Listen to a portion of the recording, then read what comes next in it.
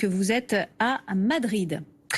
Et un ralliement de plus peut-être pour Éric Zemmour, celle d'un petit parti conservateur, un des plus anciens de la droite française associé à la France rurale, le CNIP, le Centre national des indépendants paysans.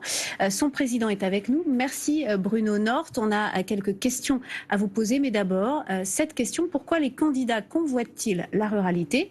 Réponse avec Majid Kiat. La ruralité au cœur de la campagne présidentielle. Emmanuel Macron, le président pas encore candidat, était dans la Creuse cette semaine.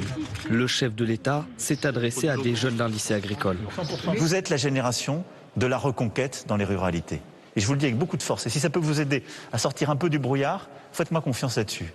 Il y a 2 semaines, c'est Valérie Pécresse qui était au plus près des agriculteurs dans le Doubs. Et là, on dit que c'est du chocolat quand on donne ça à nos vaches. J'ai voulu enraciner ma campagne dans les territoires. Pourquoi?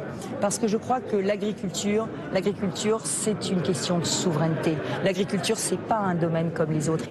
Ce vendredi, Éric Zemmour évoquait la ruralité avec, selon lui, une mesure forte.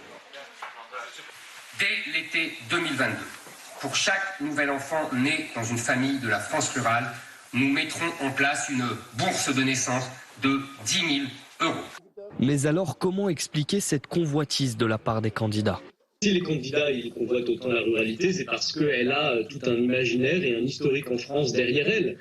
La ruralité, c'est clivant face aux urbains, c'est passionnel dans l'enracinement qu'elle permet aux candidats et cela donne de la personnalité aux candidats. Mitterrand avait son Morvan, Giscard son Auvergne, Chirac sa Corrèze et Ségolène le Marais Poitevin. La ruralité, elle est plus forte symboliquement que démographiquement et ça rappelle d'ailleurs à quel point, par exemple, le salon de l'agriculture est un passage obligé pour tout candidat à l'élection présidentielle.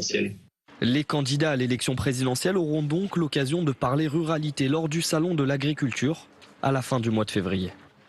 Bonjour Bruno Nort. Alors vous êtes président du